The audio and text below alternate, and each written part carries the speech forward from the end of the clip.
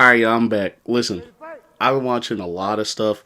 I was thinking about the past and like my history of watching pretty much the UFC as a whole, and I realized a lot of new fans really miss the McGregor era, right?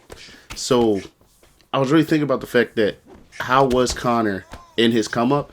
So I was just thinking about using Conor through the years, like using his style in the game online through the years. Now, obviously, this is his featherweight. This is his first version, more closer to his debut, which was a lot more straights, lead uppercuts, and kicks, spinning kicks, things like that, right? But his power was always there. But he didn't have he had great power, but his wildness was at its highest in like his first, I'd say like three fights.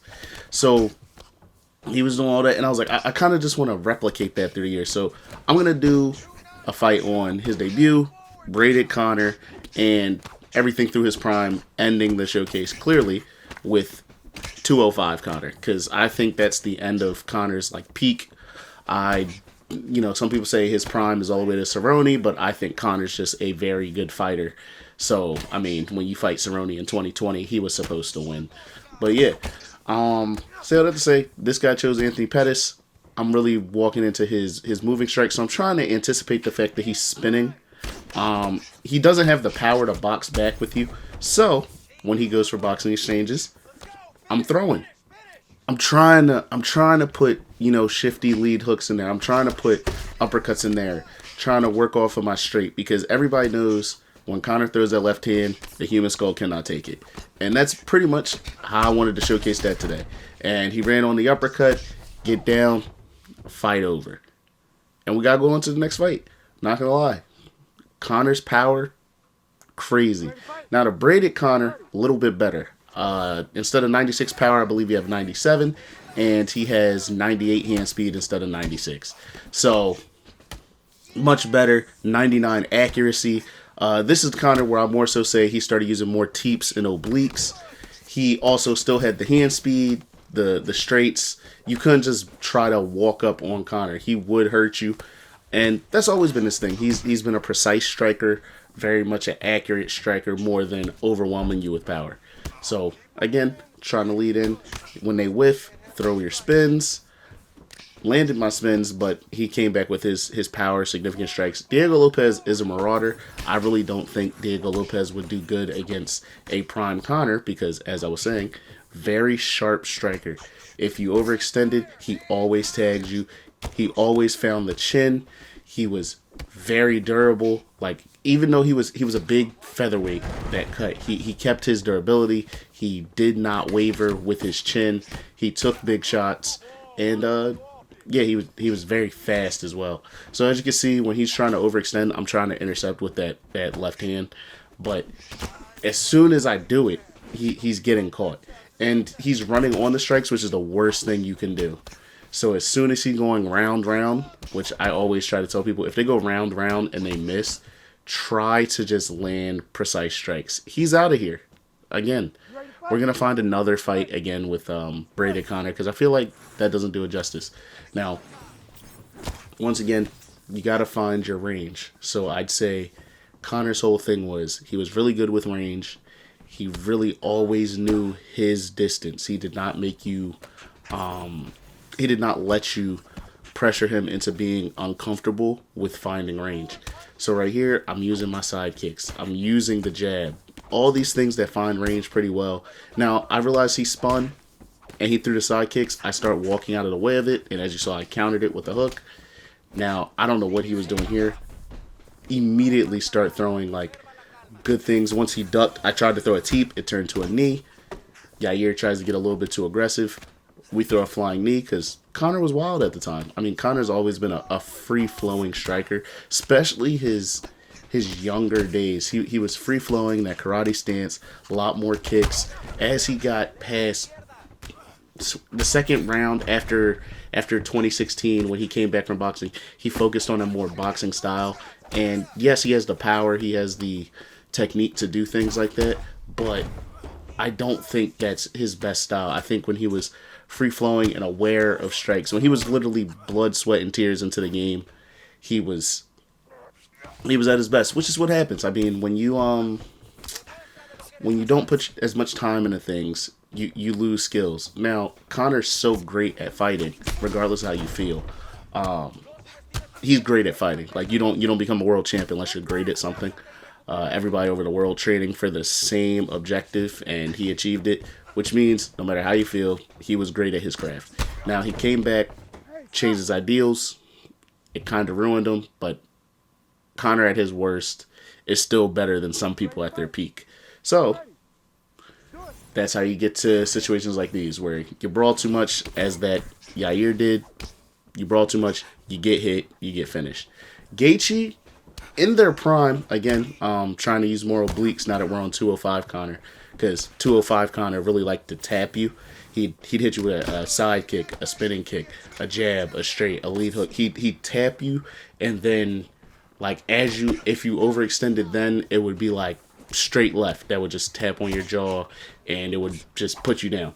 That was more so his style as he got more and more to his, like, perfect form, I guess. Not to sound like this nigga is Cell or something, but, like, he got to his peak. He was very sharp, on the money, tuned. Now, right there, I did try to hurt him, but I should have just backed off and took my time. You have 100 speed, you have 100 punch speed, 100 accuracy, 100 punch power.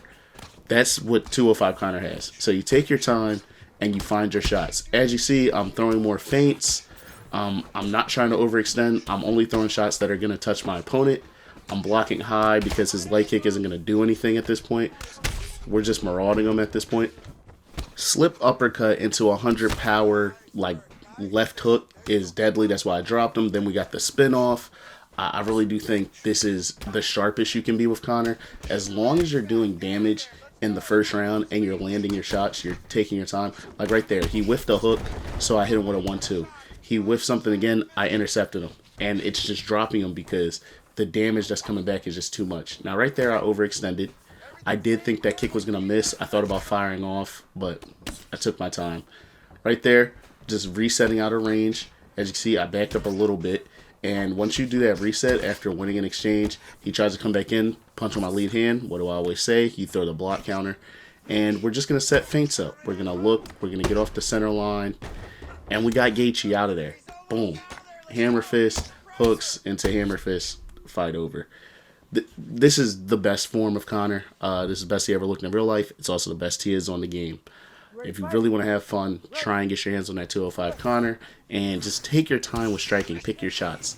Now right here, a fight that would have been crazy. Current Ilya versus 205 Conor. Not really sure which way this would really go. Ilya's a marauder. Conor's a precise striker. I feel like Ilya has more tools, so this would have been a fight that... It's literally who gets off first. Ilya gets off first or gets to the ground or something. Because Ilya can grapple very well. And he has a better gas tank after what we saw with Josh Emmett. But Conor's so sharp. So it's things like this. If Ilya went to the body and Conor just saw it, like I hit this Ilya with, where it's just counters. Off center line, slight movements, hard counters. Taking your time. See, I'm not throwing anything crazy. I wait till I'm in range. I land shots up top. He didn't block, so I threw more like straight, rounded, straight, rounded. Changing levels right there, hitting to the body, switch stance, going low, high, low. Like a lot of variation on my strikes right now. And again, this is really how you could be with Conor. You could take your time. You could find your rhythm. Now right there, he did stun me, but I knew he was going to try and pull. So I tried to stay in the pocket a little bit longer. I don't advise staying in the pocket with an Ilya, but 205 Conor is 205 Conor. Went low high again. Been moving my head off the center line. He switched to uppercuts to the body, which I'm going to take note of that because now I can look for an uppercut if he does go low again, but I'm going to wait till he goes low. Now, of course, once you pull, if you get hit to the body, bad shot. Now right there, blocked, tried to counter, didn't get it. But take your time. He goes to the body again. Straight lead uppercut. When he went to the body, he couldn't take it.